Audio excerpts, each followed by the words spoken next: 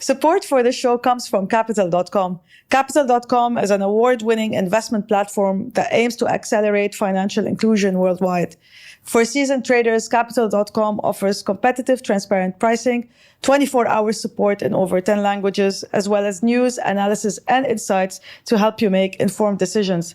If you've never traded before, Capital.com's Education Hub includes in-depth courses to help you get started. For more information, check out Capital, that's CAPITAL.com. Yes, there's an investor who put in like $600,000, let's say, right? Or $1 million. But you're putting on your opportunity cost, right? You're putting on your time. You're the entrepreneur. The entrepreneur. So it's an asset class, right? For other investors, it's not their whole, but for you, it's everything, right? So how do you value your time and your life and the years you spent? And that's where when do you say enough is enough, or when do you pull off the plug, right? Hi, everyone, and welcome to Conversations with Loulou. My guest is Ali Halabi, the founder and CEO of Voltlines, a technology-enabled bus transportation service in Istanbul. Ali has had a fascinating journey as an entrepreneur, experiencing successes, failures, and near-fatal experiences. The company is on track to generate $10 million in revenues this year and is on track to take on the $1.2 billion corporate transfer opportunity. Ali, so good to have you here finally. Thank you. Good to be here. You and I had a conversation before taping this, and you have such a fantastic story. The quintessential resilient entrepreneur. And I think maybe we can start by giving the audience an idea of how big is Voltline today and what are you doing exactly? Yeah, so we've been. Thank you for having me again. We've been at this for just above 5 years in Istanbul, Turkey. Today, and you're Lebanese, just I'm for Lebanese, context. yeah. So let me start with like a quick recap of my story. I'm from Lebanon, born and raised in Saida. Moved to Beirut at 18, studied marketing in Beirut, and then joined a Dutch startup for a couple of years that ended up failing. So I saw my first failure as a startup employee. I tried to fundraise for that startup. That fundraising ended up failing, and then I decided, you know what, enough is enough. This was 2007, 2008. In 2008, I joined Procter & Gamble, spent 6 years there. The last year was in Istanbul, Turkey. That's how I went there as an expat. And then I fell in love with the city, but I hated the traffic problem. And since 2013, I've been focused on dedicating the rest of my career basically to solving traffic and filling up empty seats in traffic. Voltlines started in 2018 is when we launched it. Today we serve more than 100 customers, corporate customers. We move 4,500 people every day. We have 400 lines, 400 buses basically that are operating in Istanbul and Ankara, the capital. And we generate $10 million in revenue. We're profitable for more than a quarter now. So the business is doing quite well. And just yesterday we were discussing with the board here in Dubai what's next for Voltlines and how we want to grow it, because the market we're addressing is a $1.2 billion market in Istanbul alone, but in Turkey it's a $2 billion market, and beyond Turkey it's a massive market, and we have a great franchise there. So we want to take it to the next level. Yeah, amazing.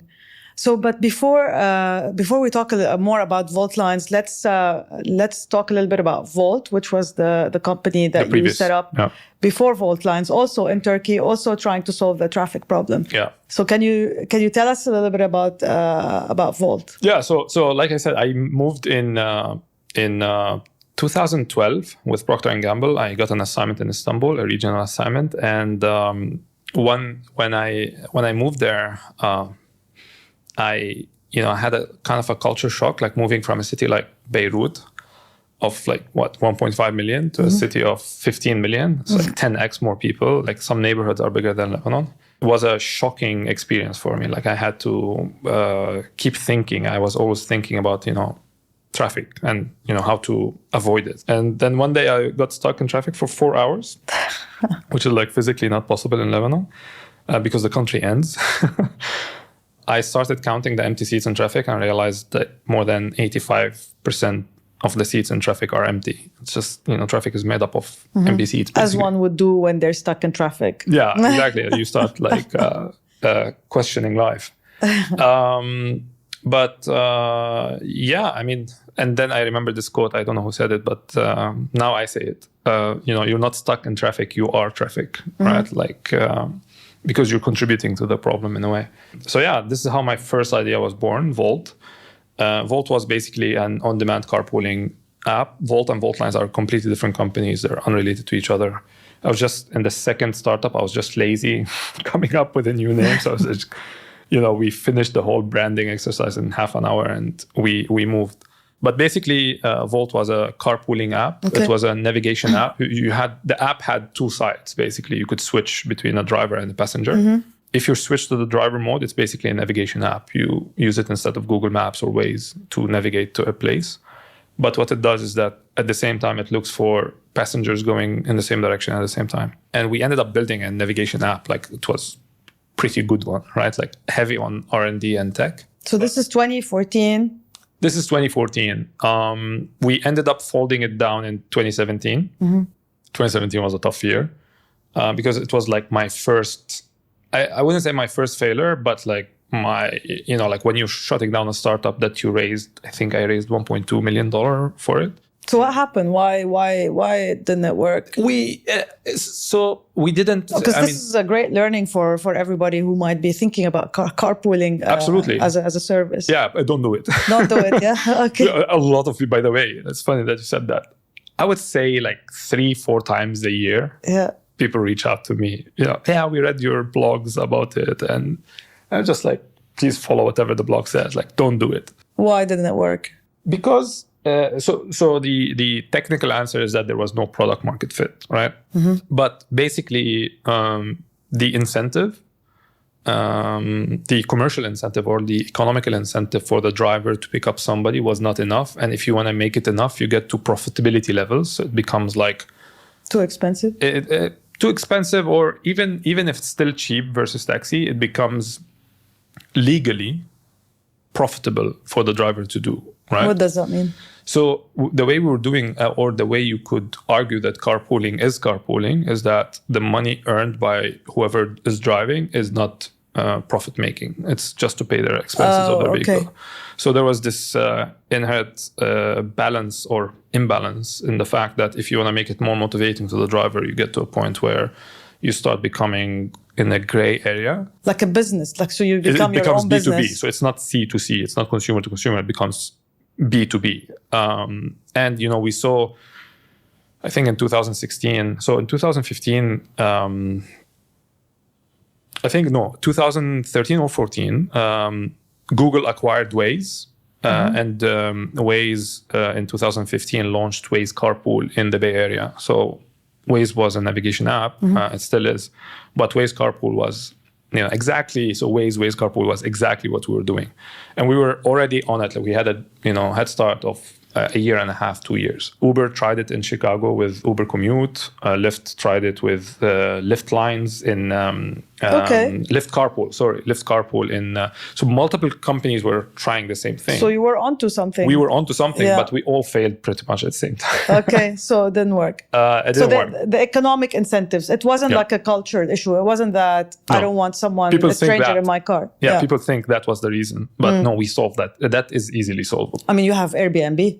Exactly. So we had, at first we had only Facebook verifications and ratings and reviews, but, you go way beyond, you could get super creative. We had, community verifications. Like, if you're a graduate of a certain university, you could have that university badge on your profile. If you work at a certain company, you could have that company's badge on your profile through your company email or your university. So we had a lot of creative ways, and we've proved it with data that that's not the issue. The issue was just beyond us. And so the incentive wasn't enough for the driver?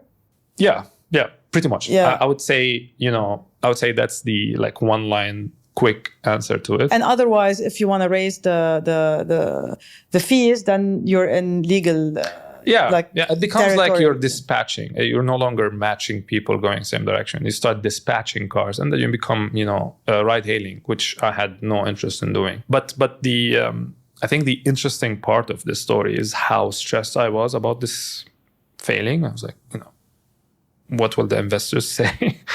Yeah, I mean, how long did it take you to realize that this is not working?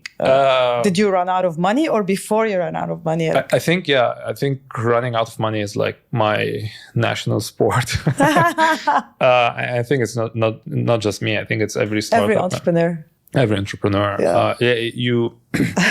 The art is to avoid that as much as possible, and to kind of like build the alarm system in these, when you have 6 months of runway or 8 months, ideally 9 months of runway, you should ring the alarms and start working on fundraising, because fundraising takes time. We ran out of funding multiple times, but really, I mean, we had a lot of strategy work, and we have written down what needs to be done and what metrics need to be achieved, because there's this, kind of existential question where you ask yourself, like, when do you say enough is enough, or when do you, pull off the plug, right? And that happened in a board meeting, right? So I was speaking with Walid Mansour from MVP, and at one point he's like, "There's no product market fit, man. Like, find something else."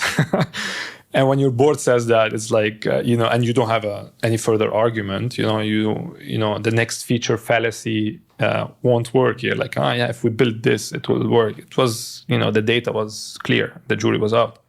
And you were convinced? I was convinced. Okay. I was convinced. I was like, because at the end of the day, as a founder, you're like, and this is what most people don't, I think about or realize, is that, yes, there's an investor who put in like $600,000, let's say, right?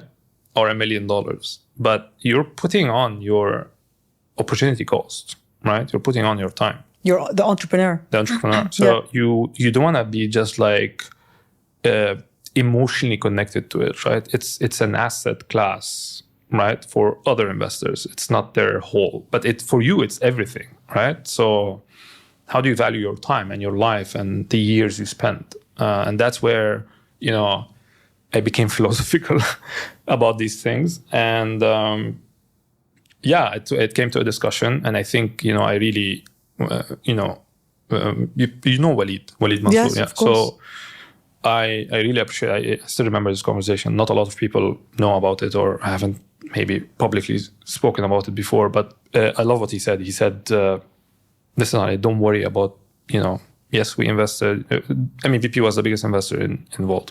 And he's like, we are venture capitalists. This is our business model. Some startups will fail. We know that. It's in our math. It's in the VC math. And he was like, we like you as an entrepreneur. You're data-driven, you're resilient, you have all the qualities that we like. So try to find something else. Try to pivot. Try to figure something out. And I won't promise that we'll be the first to back you, but if we like it and it has traction, maybe we'll back you again. So I tried to do that within the previous startup. But I just wanna pause here for a second, because I think what you said is the most important insight that you can ever hear from an entrepreneur. I mean, the point where you talked about the opportunity cost for the entrepreneur. Yeah. That for the venture capitalist or for the angel investor, this is an asset class. This is one of their investments. But for the entrepreneur, it's your entire life. It's everything. Yeah. So that's so important to just pause and think about. Yeah. Because the entrepreneur is paying the biggest price. So yes, no point sticking onto a zombie company. Yeah. That for another 6 months or 8 months to prove what? Usually people say, because I do understand, because I was I walked in these shoes. A lot of people bet that you will fail, you want to prove them wrong. A lot of people said this won't work, you want to prove them wrong. So there's a bit of ego, of course, in it.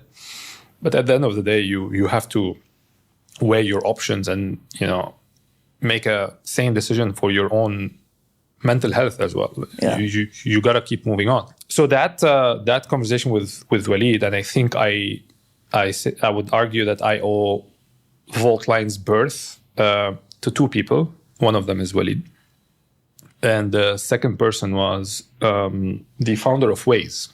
Because as I paused and I was like, at first I didn't know that I needed to pivot. I was like, I need to crack this. But did you pivot, or you completely shut down Volt? We shut down Volt, but I was trying to pivot. So I was trying to pivot Volt. Okay. So I reached out to Uri Levin, the founder of Waze, which could be controversial being Lebanese and all. But I respect the guy so much. I mean, Waze is such a fantastic business. And I reached out, I just sent a cold message on LinkedIn. I didn't think he's going to reply to me, especially when he sees that I'm Lebanese. The guy replied. He was super nice. Like, yeah, this is my, calendar. Just book next week. I was like, okay, I booked next week. I was super excited. I'm talking with the founder of Waze. And by the way, stop. Yeah. That's another learning for entrepreneurs out there that are trying to cold outreach somebody. I mean, what did you say to them? So I said, I basically, I gave a very quick elevator pitch, just one sentence. I'm working on a peer-to-peer carpooling app. I think Waze cracked things that I wonder how you guys cracked them. And I'm trying to crack a peer-to-peer marketplace. I would love to have a chat with you. Amazing. And he was super nice. He. And that's another thing, is I felt that, where is he based? He was in Israel. He was in Israel, okay.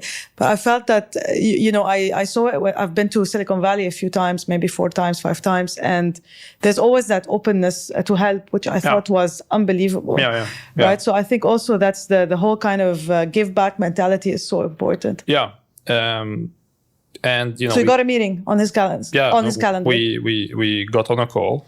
And by the way, so I wasn't a Turkish citizen yet back then.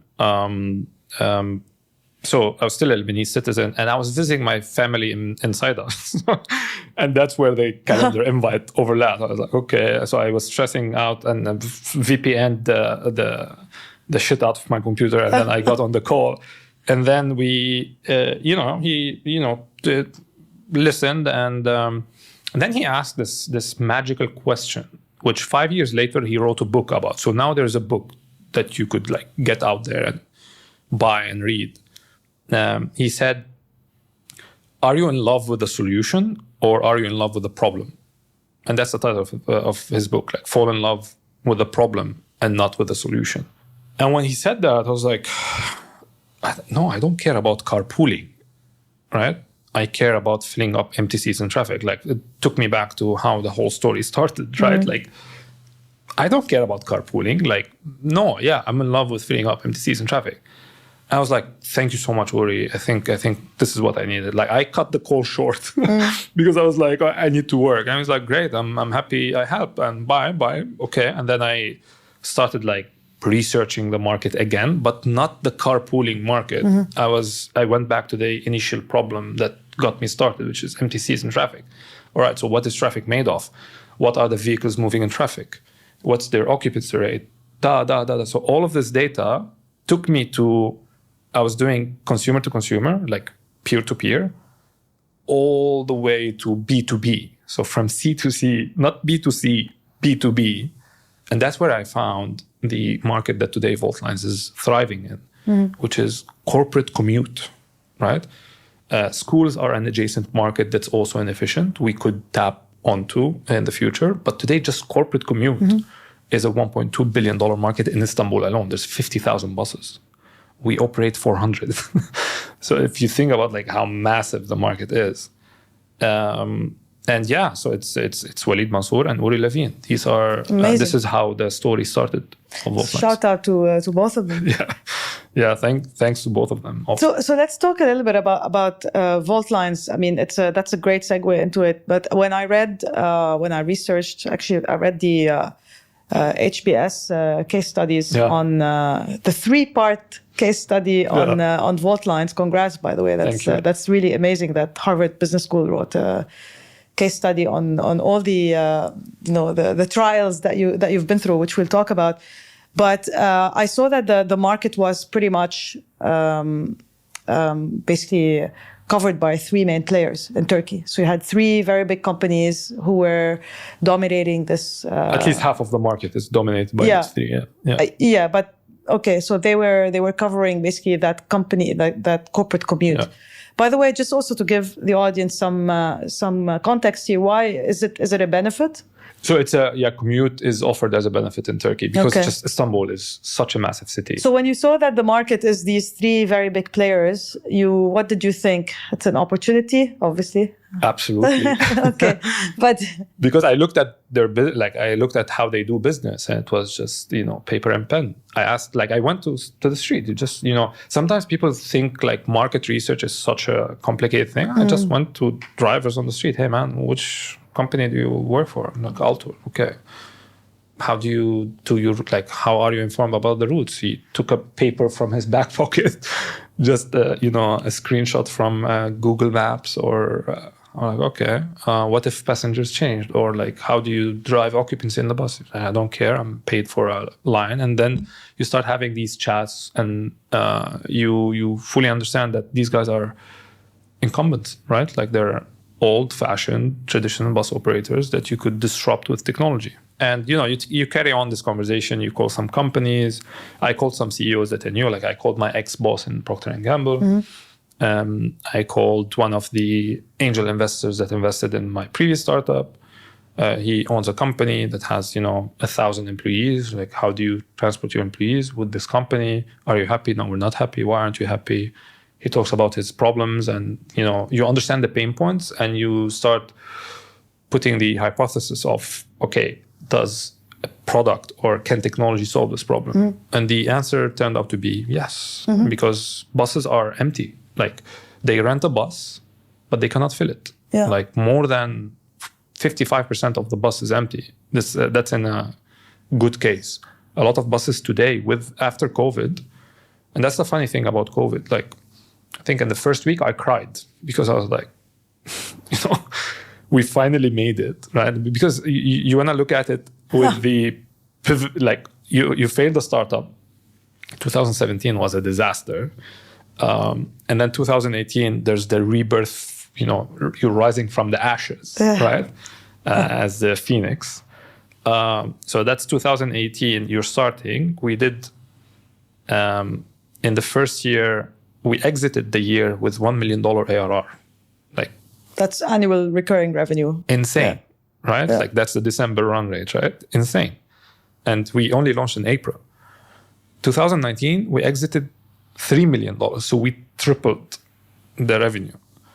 So like, okay, we're riding this rocket basically to the moon. And then 3 months later, COVID comes, and 2 months later, COVID comes. But really March is when it hit Turkey. And then, you see your everything crashing by 90%, right? And you just have to sit down and cry a bit to take it in. The phoenix is the phoenix is just shot from the sky. Shot from the sky. So it's intense. Like the whole, the experience is just simply intense. But if you, in hindsight, right now, COVID was the best thing that ever happened. I mean, Harvard Business School wrote a case study about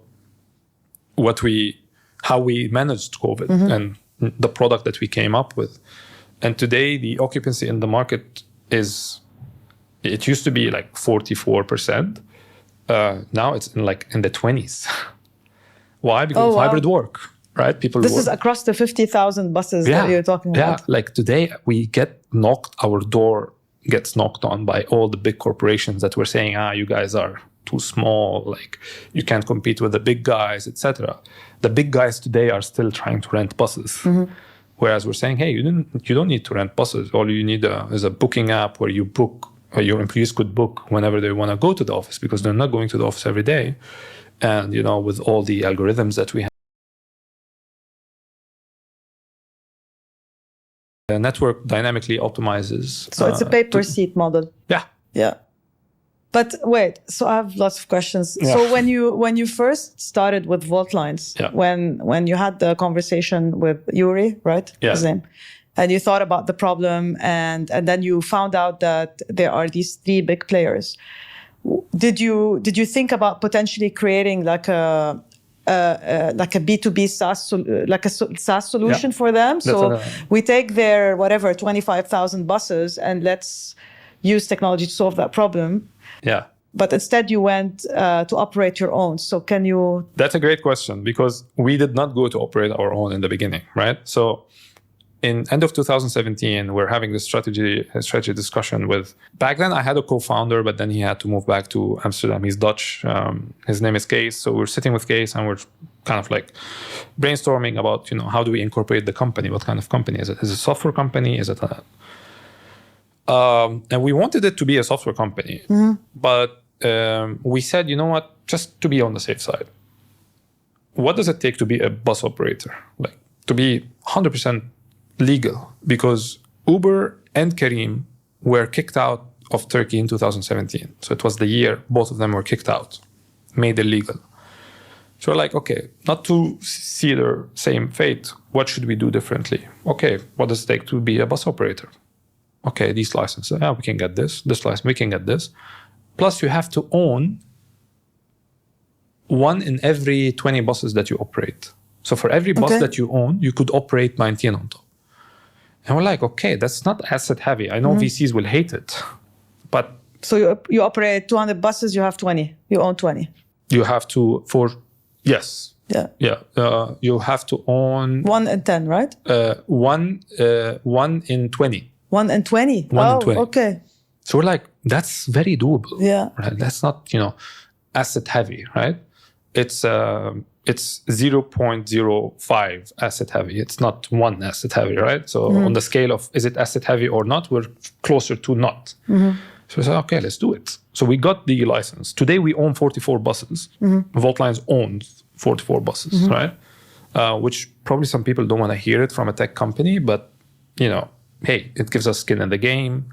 It was a great cushion in the COVID because you have assets that are revenue generating. But at first, okay, we said, let's own 1 bus. We bought 1 bus. We couldn't buy more. So we went to 1 bus operator and we went to multiple. They kicked us out, basically. Okay. We didn't go to the top 3. Are? Yeah. We didn't go to the top 3 first. We said, okay, let's test the waters with the long tail. Multiple ones kicked us out. And then, like, who are you? You don't even speak proper Turkish. Is this a joke? Blah, blah, blah. We're like, okay, fine. And then we had one that was visionary. He had a son, young generation, software developer. So he understood very well what we're doing. He was super excited. So we signed an agreement. Okay, we now can operate. So we went and we started trying to sell, to bring in customers. And basically we said, hey, we'll try to sell, but you operate. And they were like, okay, cool. We won the account. We called them like, okay, we have a new customer. We need 3 buses. They're not picking up the phone. Called. And then the next day we realized that they filed for bankruptcy. We're like, okay, try again. And this is where we're like, okay, we're running out of choices, basically.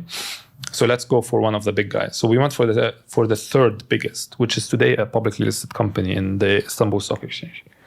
At first they were like, that, no. But then we met again, and then we signed up with them. And then we signed up with the 2nd biggest. So we're working with the second and the 3rd biggest. As a software company, that's how we started. So they operate all the buses, the drivers, and they get the clients. No, we get the client. Oh, you get the clients. So we get the clients. Okay. Because we wanted to own the clients, because the technology, they wouldn't be able to. You couldn't take their clients and we couldn't take their clients, something like that. Or if their clients came to us, they would retain the operation with the same unit economics, etc. So we're like, okay, fine. And then we won a big account, like a massive one. On the client side. On the client side. And that big account is operated by the number 1 player.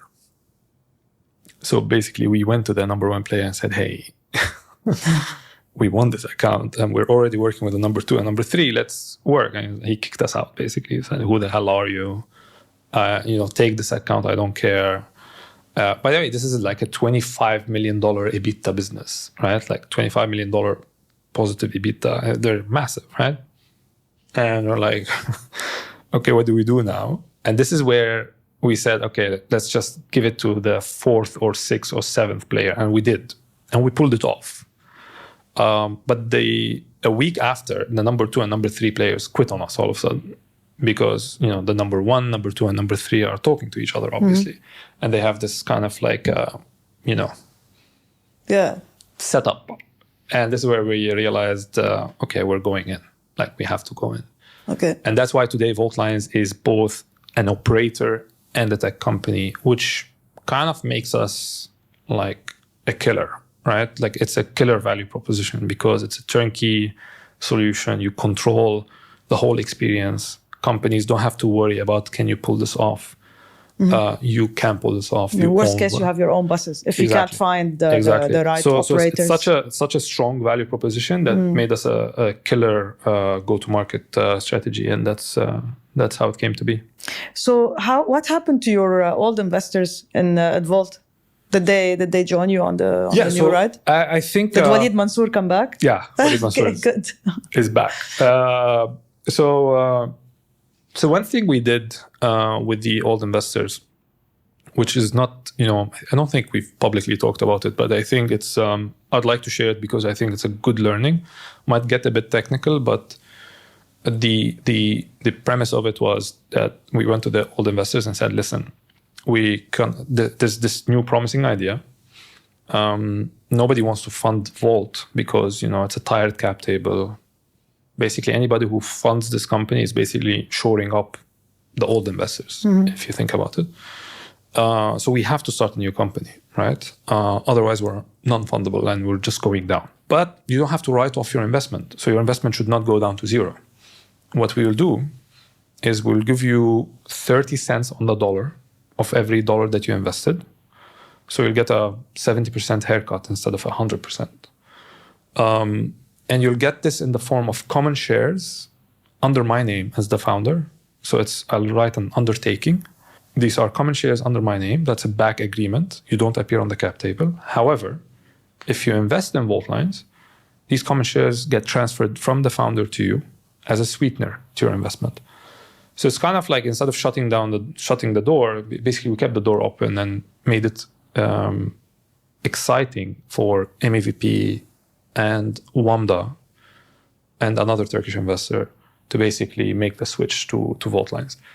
And MEVP ended up following on and investing more than double what they've invested in the previous company. So it worked well for MEVP, same for WAMDA, same for the other Turkish investor. The other investors, they took the deal, basically. So they have an undertaking that they would get the sale proceeds of these common shares in the future. So it's a healthy, we didn't have to. We could simply say, that's in the VC math, right? But I didn't think it's good karma. I didn't think it's, you don't, like, some investors are brutal, but also some founders are brutal. I don't consider myself to be a brutal one. I want everybody to win. And I thought it was a good, healthy deal for everybody. And if you really go back to the inception of Voltlines, Walid Mansour his advice was really at the heart of it. So I felt like that was the right thing to do. Yeah, no, definitely. Definitely. As an entrepreneur, I think that's very important, that also you treat your investors fairly and you try to make it a win-win as much as you can, right? There's this perception that founders have that, investors are sharks, but man, it's us against them. It's always been like that. The dark side. It's not the dark side, man. It's like, investing is difficult. Like, I try investing and it's difficult. Like, I tried my hand and invest. It's you're putting your capital at risk. You're basically kissing your capital goodbye the minute you invest in a startup. You should write it off. I think that's the healthiest mindset to go in. Yeah, but still, I think we go back to what you said initially at the beginning of this talk, is that you are putting your life in it as an entrepreneur. Yeah, that's why entrepreneurs become a bit emotional, and their judgment gets clouded on what the investor is trying to say. But I think I agree with you. I think we do see investors sometimes. Because now I'm investing as well, right? So now I switched from entrepreneur to investor, so I'm wearing a different hat. Yeah. And yes, you did see this kind of mentality, like us versus them. And I think it's because when we were fundraising back in the day, you're talking 2012, 13, 14, you'd hear of a lot of horror stories in terms of how term sheets, right? Term sheets, yeah, like very penalizing terms, and an investor would invest $100,000 and they want to take 30% of your company or whatever. I mean, I'm sure the problem is we don't hear these stories a lot because people don't talk about them publicly. Yeah. So we need more people like you that basically come along and share these stories. But there were horror stories, and I think that's where the reputation comes from. But it's unhealthy. It's like, no. So I think I consider myself kind of lucky in that sense, because I had 60 investors from 60. Yeah. Involved? Involved, it was 7. Okay. Voltlines has a lot. I mean, Voltlines has raised $10 million. A lot of it is angel money as well. So the big VCs are, WAMDA, MEVP, Marsh Holding, Lille Ventures out of Mexico, and CNH out of Amsterdam. Combined, I'd say, and there's a corporate VC. So there's like $5 million coming from like VCs and corporate VCs, but there's another $5 million coming from individual angels. So we have a lot of angels that we've grouped in SPV. So cap table, like super clean. I manage the SPV, so it's super nimble. But out of 60 investors, 59 are great. I love each and every one of them. There's just one horror story from Volt. So remember, the 7 investors, yes. All 6 took the deal. Just one just ignored the whole thing. Okay. And then 5 years we didn't talk. 4 years we didn't talk. And in April 25th, 2022, he gave me a call. Hey man, congrats on the Swvl exit. How much do I get? Oh. I was like, dude, you did not agree to like sign anything. You just, if anything, you made fun of what I was trying to do. But you still get the same deal that everybody gets. Like, even though we don't have anything in writing, I'm still willing to honor that word. You'll get the share proceeds. He was like, no, I want my investment in 2014 to be treated as a new investment in Voltlines in 2018. And I'm like, no, I can't do that, because I'll then have to do it to MEVP. I can't. I simply can't go back and change deals. And then he threatened. It went ugly with him. Like, so there are the summary of this is that there are like very bad people. We sued him. We ended up suing him. We just won the lawsuit yesterday, by the way. Oh, wow. Yeah, just like 2 years. 2 yeah, almost. Actually, it took a year. So 2020, a year and a half. Took a year and a half. We won the lawsuit because, we were right. Volt and Voltlines are unrelated. He argued in the court that they are related. They're not. And the court basically dismissed his claims. Which court was that? In Turkey? Okay. Yeah. By the way, Turkey, I think I have to say this. The courts in Turkey, the rule of law, I don't mean this in any political way, right? It's just my personal experience. I have multiple lawsuits there. We sued the second biggest bus operator because he threatened us. And everybody was afraid, the Turkish mafia and bus operators and what they'll do to you, etc. Yeah, they threatened me. Bro, I was born in a civil war. I was born in Saida, exactly. Lebanon. I'm Lebanese, right? So it's like, you're suing me. My dad is a truck driver, right? So it's like, I get this. I don't get scared. I'm like, I'm not this, Harvard Business School, Ivy League, I'm going to be scared from a bus operator threatening me. So I was like, okay, he threatened me. I'm like, okay. Went to the police, filed the complaint, took that complaint, followed it up with a criminal lawsuit. And we recently won that lawsuit as well from 2019. That took longer because it's a criminal lawsuit. So there's a rule of law. Like, just most people might be scared or they don't want to bother with, lawyers and courts, etc. The security at the Istanbul court, they know me. They're like, at one point they thought I'm a lawyer. I'm like, no, I just have too many lawsuits here. There are bad actors. Going back to the investor side, you just take them to court, right? If you're right, you're right, and the court will prove that. But in my case, out of 60 investors, 59 are fantastic. They're amazing supporters. Maybe half of them gave up on us at the beginning of the pandemic. They're like, we're writing off Vault lines, I guess, because technically we take people to the office. Yeah. And the office shut down and everybody's working from home. So like we were in a position where like, is Vault lines even gonna survive this? And it ended up thriving. How? So how did you manage? I mean, so the first week you cried. Yeah, so you have to cry. I mean, don't say, I'm too strong. You have to cry. You have to like let it out. Yeah, the phoenix was shot out of the sky. Exactly. You mourn them. You mourn their ashes, but then you hope that something comes out. But seriously, what do you do? I mean, you do take people to the office. Yeah, we do. Exactly. Which is insane. Like sometimes I have to like, my wife tells me this a lot. She's like, whenever I'm like stressed and tense, and she's like, can you just like stop and take a breath and look back and see how far you've come and what you've done? Which, I would say not to me, but like literally to anybody, like these moments of gratitude and moments of like pausing and thinking of what have I achieved is something. By the way, my husband tells me the exact same thing. Because we spoke. I mean, because when you're an entrepreneur, you always have these like, fatal moments or near fatal moments. Yeah. And then you need that other person to remind you. Yeah, like chill. He tells me exactly the same thing. Like, look at what you've achieved so far, and then you think, okay. Yeah. Okay. The thing is, like, what I want to achieve is so much more, and that's, I think, what kind of keeps us on the edge. But when the pandemic hit, like literally, I still remember the slides. March 16th, we were operating normally. The week of March 16th, by the end of the week, the whole operation dropped by 90%. And people were panicking. Everybody was panicking. I did not call the investors. I didn't reach out to anybody.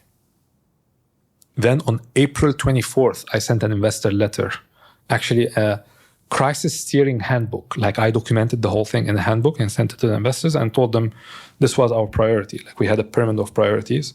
Number 1 was employees. Number 2 were drivers. Number 3 were customers. Number 4 are shareholders. And that's why now I'm communicating to you. Like I had to make sure employees are okay, that drivers are kind of taken care of, that nobody, because you could easily be blamed for canceling anything.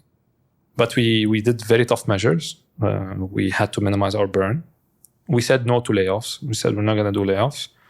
But we did salary cuts, 60% salary cut for the management team. And then, it was gradual down. So like the field ranks in the company had like 10%. Well, it was negligible, but 10% for somebody making minimum wages, a lot more than 60% for a management team. And we said to the team, hey, we're going to pay this back once we're out of this crisis. Once we reach these KPIs and we raise that capital, we'll pay it back. Don't worry. Stick around, keep your heads down, and let's focus. And then we went to customers and said, hey, we know that you're working from home, but we'd like you to continue to pay 65% of your contract if you want us to continue locking these drivers. Otherwise, we could let go of the drivers, but if you come back to the office in May or in June, we'll have to rediscuss the contract. A lot of customers said, no, we're not coming back, bye.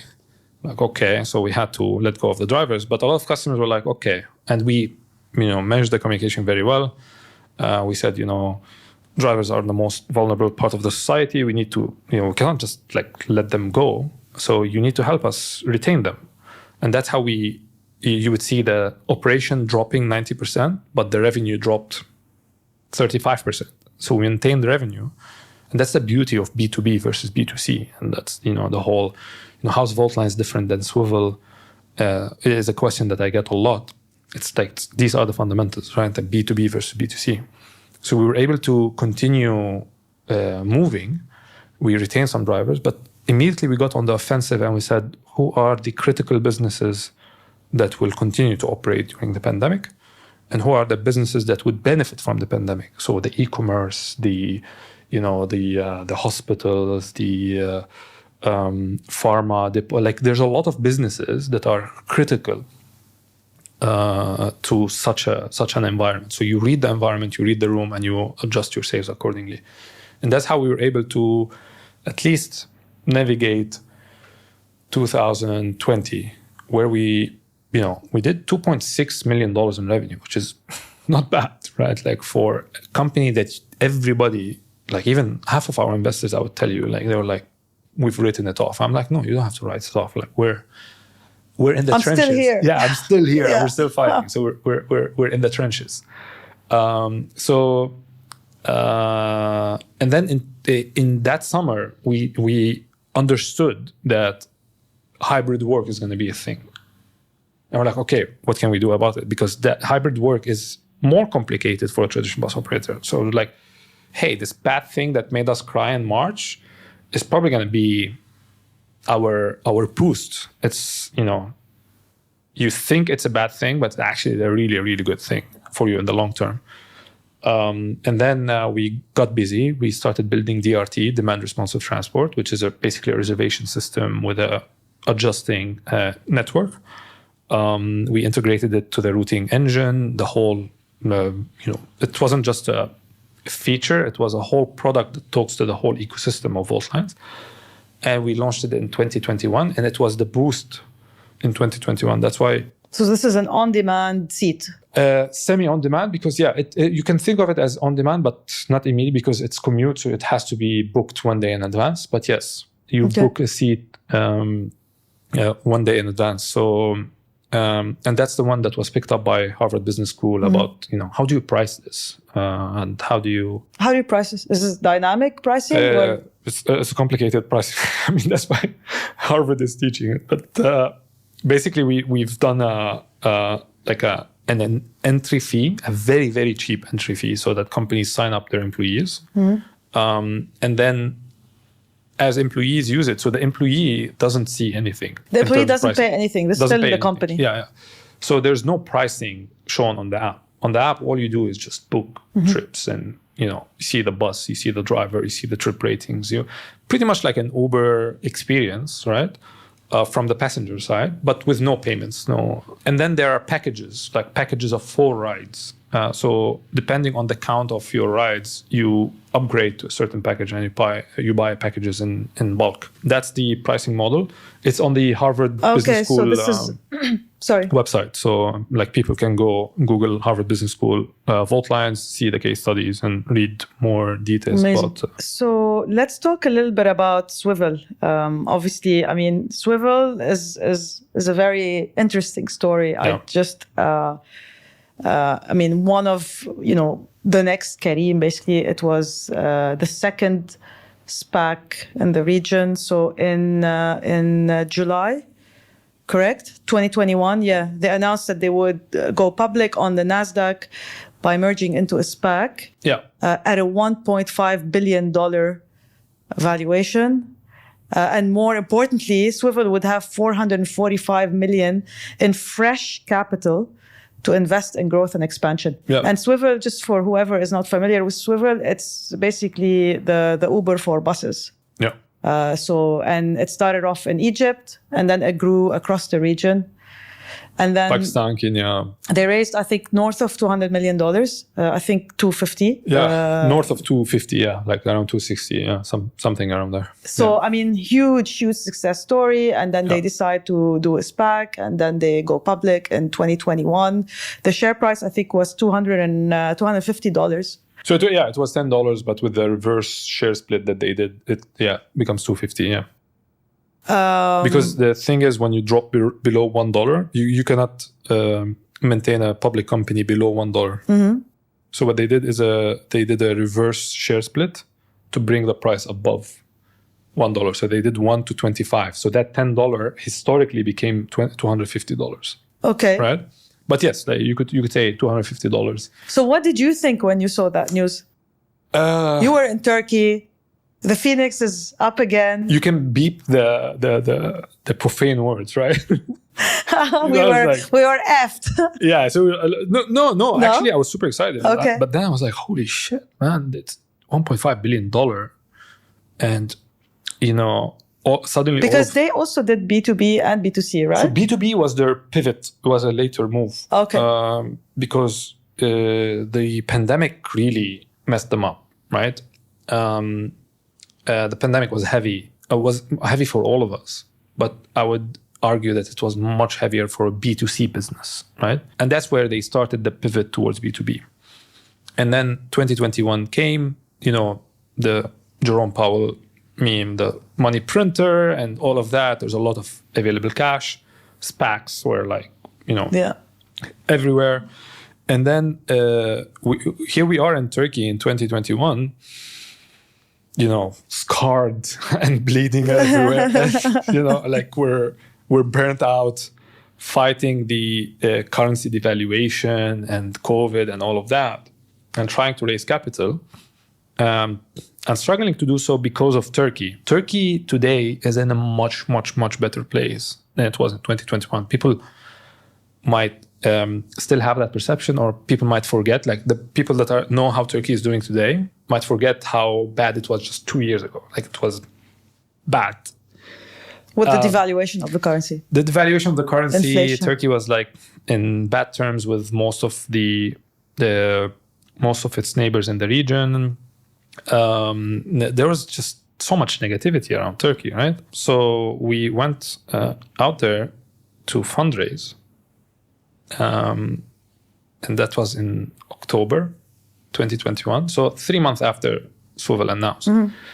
But what did you didn't tell me, what did you think when you saw the announcement? What went through your mind? I mean, it was a mix of, wow, good for them. But also a bit of jealousy, like that's a lot of valuation, like the revenue multiples were insane. Yeah, the revenue was at the time, I think, $26 million in annual gross revenues with a negative EBITDA of 29 million.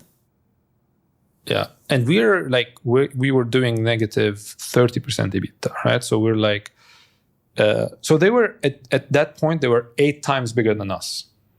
By revenue? Yeah, 8 times bigger than us. Okay.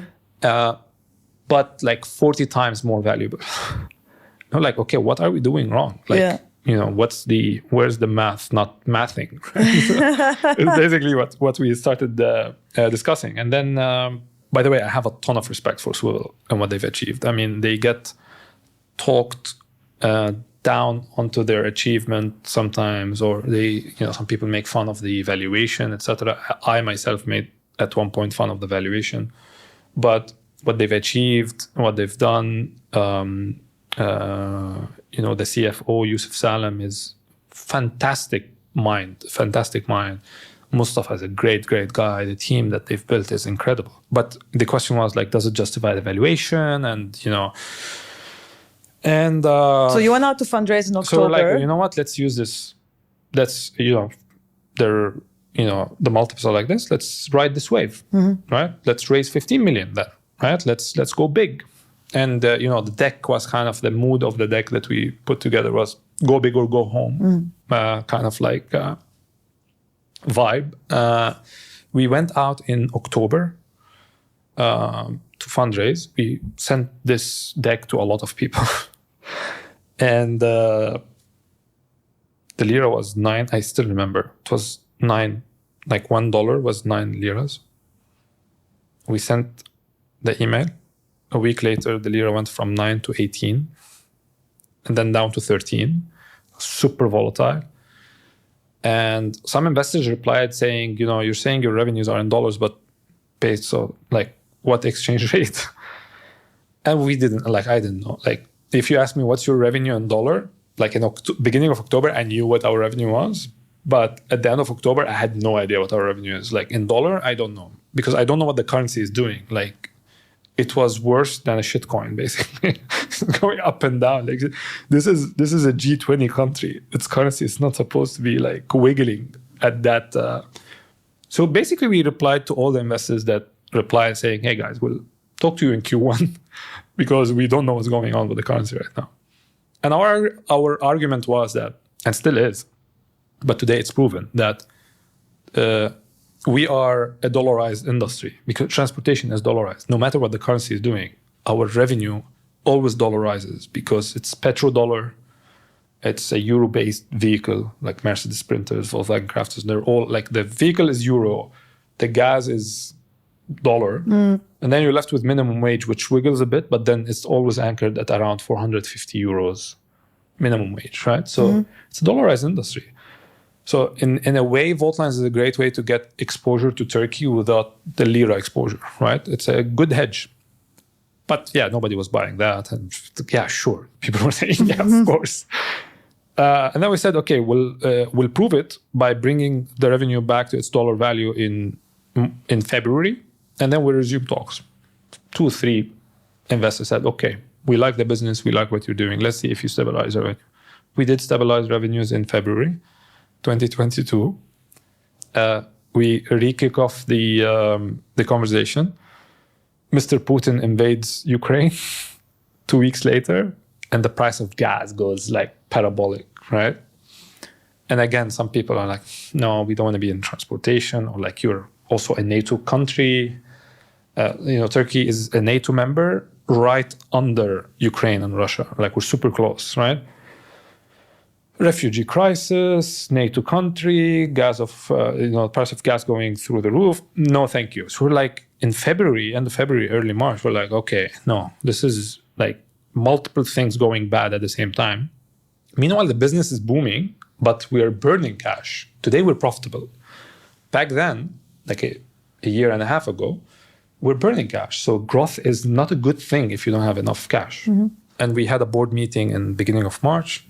And the board was like, if we continue at this rate, we'll have a flash sale basically in June. So what's your plan? I'm like, I have no idea. And the board was like, why don't you ping Swvl and see what's up? I'm like, really? Like we're here? And they were like, and that was, I think, the worst board meeting I've had. Like I came out of it destroyed. And like literally Swvl was scheduled to go public like 3 weeks later, like at the end of March 2022. They went public end of March 2022. Oh, okay. They announced it in July 2021. Okay, they went, okay. So like 3 weeks later, Swvl is going public and still being hyped up. And here I am struggling because Turkey, NATO, currency, but the business fundamentally is doing great. And that year we ended up more than doubling the business, right? Grew 121%. So, what do you do? So I pinged Yusuf, the CFO of Swvl. Yeah, hey man, I'm going to be in Dubai next week. I was not going to be in Dubai next week. I was in Istanbul. It's just, I'm going to be in Dubai next week. You want to meet up? He's like, yeah, sure. Come on over. So I booked a ticket and I went. And in the meeting, obviously, like he's like 2 weeks, the guy is 2 weeks away from, going public on NASDAQ. Very nice of him to take the meeting, but also it's quite relevant. And I, kind of postured bigger than my situation. I was like, yeah, we just opened in Abu Dhabi. We just got the AGGM license. We're coming to the UAE. We're in talks with multiple players, etc. And he was like, how's the business? I showed him the financials, how we're doing. He's like, wow, it's impressive. And I told him, what's your focus? He's like, our focus is going to be Europe and Latin America. And these are the markets that we think would be relevant for the public market. I was like, Turkey is, you could consider it part of Europe. And at first he was like not super warm to the idea, but then as we talked more, his issue was like, man, you guys will ask for too much, and we can't, we don't know how much we'll raise, etc. And for me, like, it was a bit funny that he said, your valuation is too much, right? Because you're like, dude, your valuation is too much. But I said, man, let's talk. Let's, if strategically it makes sense, let's put a construct and see if we can meet in the middle. And then we ended up agreeing on something. We said fairly quickly, right? So I met him on the 24th of March. And then on the 26th of March, he was like, I'll come to Abu Dhabi. I was like, okay, I'll meet you in Abu Dhabi. So we met in Abu Dhabi. And then we basically kind of shook hands on a construct. And then at least it made sense for me. And then I took it to the board. The board back then was MEVP and Dubai Angel Investors, Kushal. The board started, adding things here and there, or like asking for this, ask for cash here, increase this percentage, etc. But Kushal asked for an incredible thing. He said, let's put caller protection on the share price. Caller protection. Caller protection? Yeah. So back then the share price was $10 and the whole deal was being anchored around shares to be given. These are all publicly available information, by the way, the caller protection.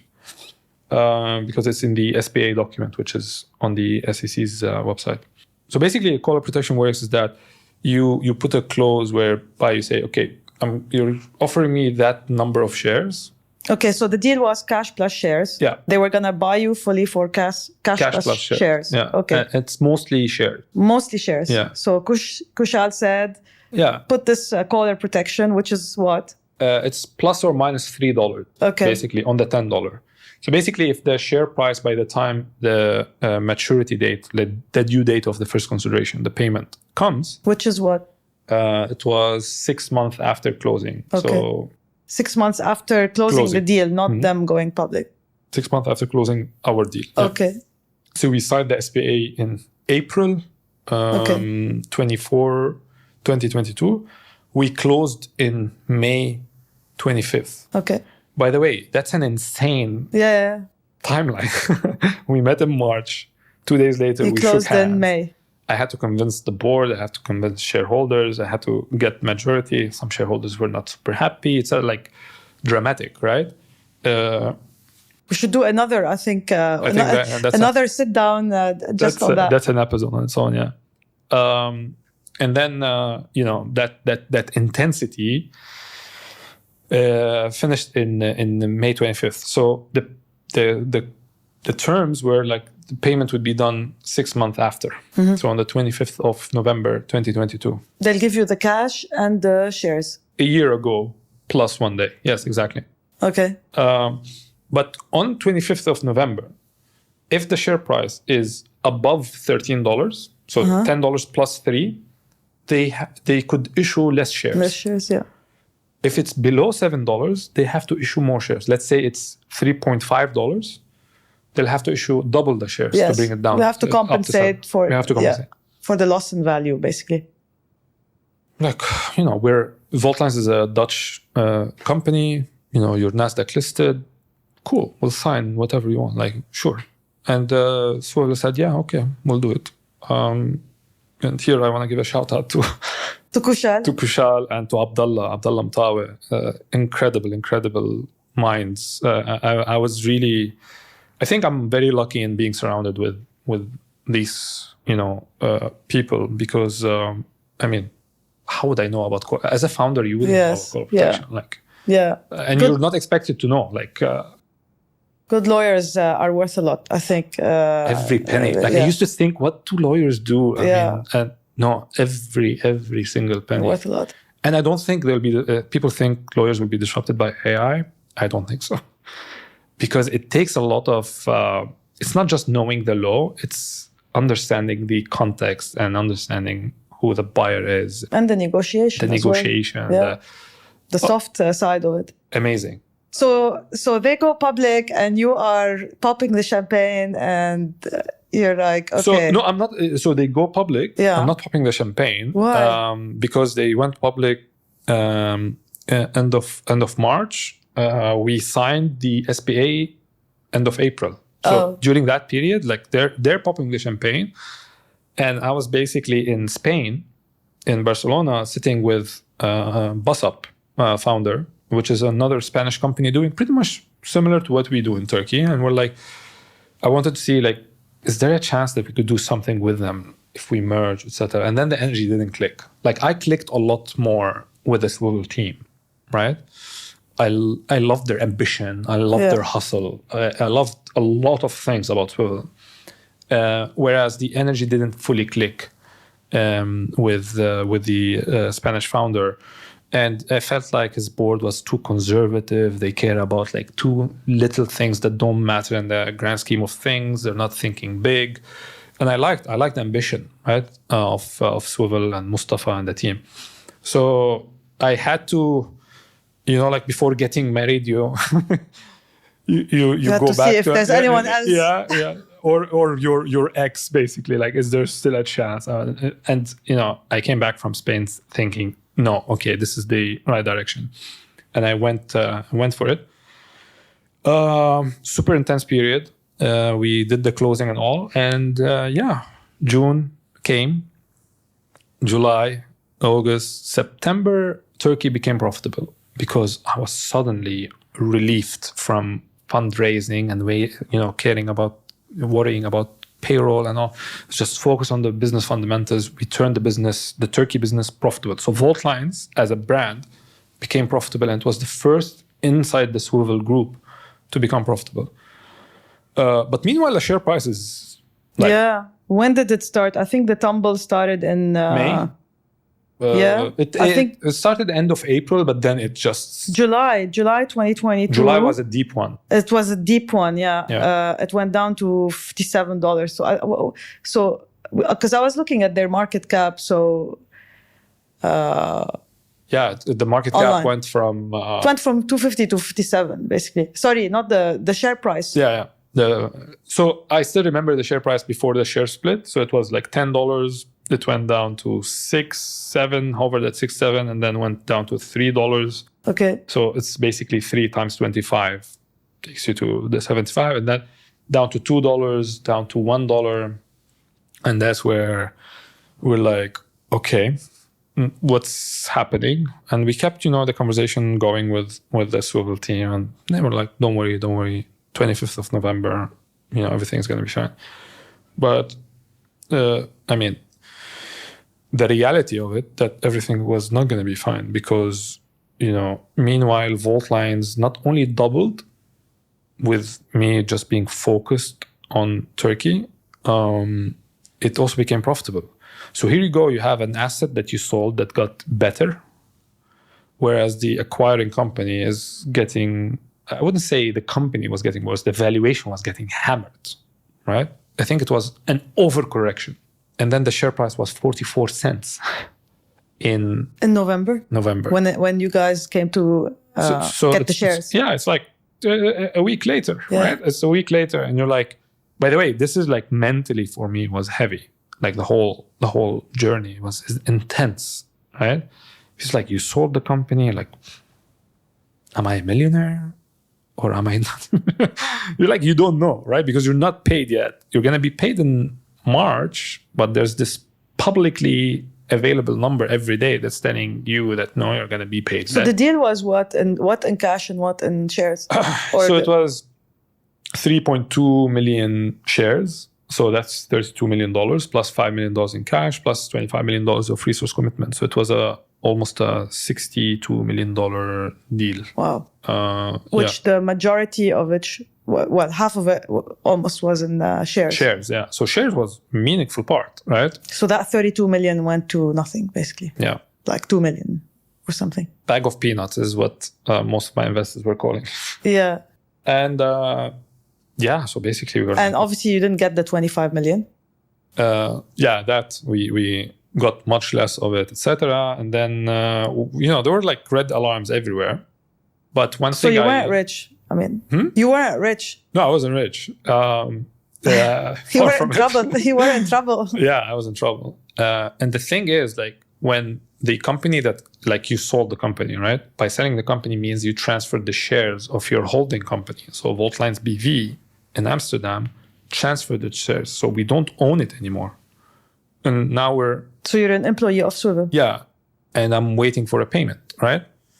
If anything was to happen to Swvl, if Swvl, God forbid, filed for bankruptcy, we would lose everything. Like, we would be left out in the cold, right? And then I got a call on 14th of November, 2022, basically saying, hey, man, we need to extend the deadline to end of March. I was like, no way. No, we can't make it, etc. I'm like, okay, I need to speak with the board. I spoke with the board. The board was like immediate, like, no way. By the way, there's no board technically. The previous board, like, we kept the WhatsApp group, we kept the conversation, etc. And basically we said, okay, no, because we knew that they won't be able to pay because, I mean, they had to issue 17.8 times more number of shares, right? Because of the caller protection clause. So, like, could have made us the majority shareholder, but like, did we want to deal with that mayhem? We said no. Like, and investors asked me. By the way, some investors were worried that I'd be like, you know what, guys, this is your problem with Swvl. Go deal with them yourself. Some investors were super happy. Still, like, get a lot of cheers and respect from Basil Muftah. Mm-hmm. And I love him a lot. I've had him on the podcast. I watched that episode. He was one of our angels, very early angel investor at Vaultlines, and he's like, man, you could have left us. You could have left all of your investors in the cold. You could have said, just not my problem. I sold the company. We sold the company, yeah. But the fact that I was willing to go back to the trenches showed that. And by the way, I did not do it because I'm a hero or I have a higher ethical standard or whatever. But that was, again, my belief is that this asset is worth millions of dollars and should not go under a bigger crash, right?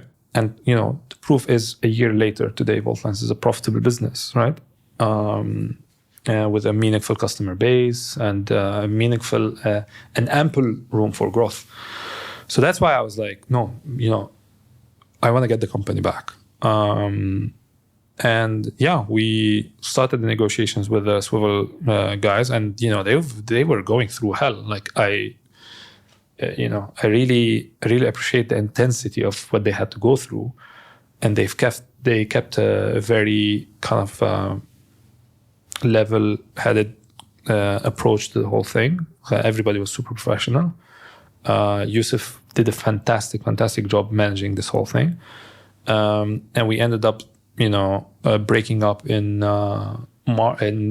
January 16th this year. This is when we signed the reverse SPA, a new SPA where we got back the shares, and basically, but. So you're default alive now as a company as well. Yeah. You're EBITDA positive. We're EBITDA positive. I mean, what's in the bank is basically that it's a $10 million business that's EBITDA positive, and now and it's EBITDA positive for 3 months now, right? So the question is, do we want to continue running a $10 million business, or is it time to make it? And that's why like a lot of the stories.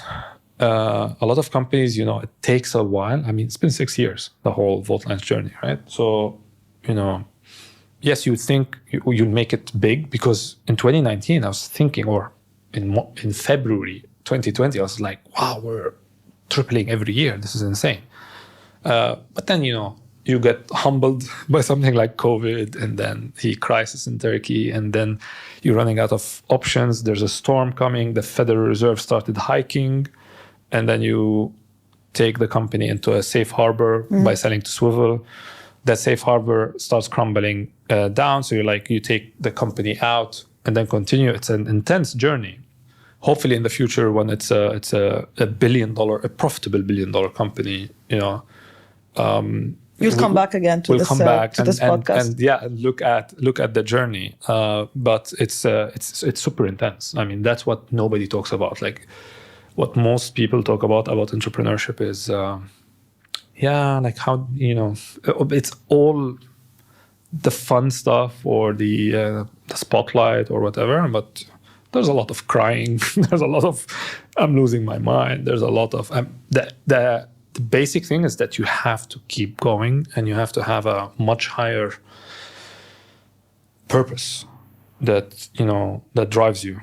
And a moral compass. Yeah. By the way, I mean, in your case, there were several occasions where you could have said, yeah, I'm out. I'm out. But I feel like anybody that believed in Vault9 so far, my moral compass tells me that you have to maximize their returns.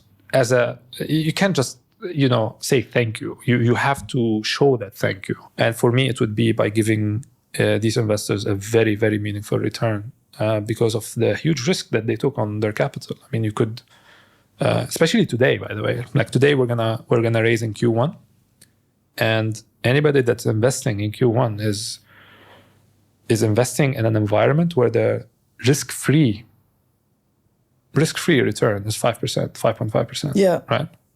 Just put the money away, you get 5.5%. So in some cases, 6%.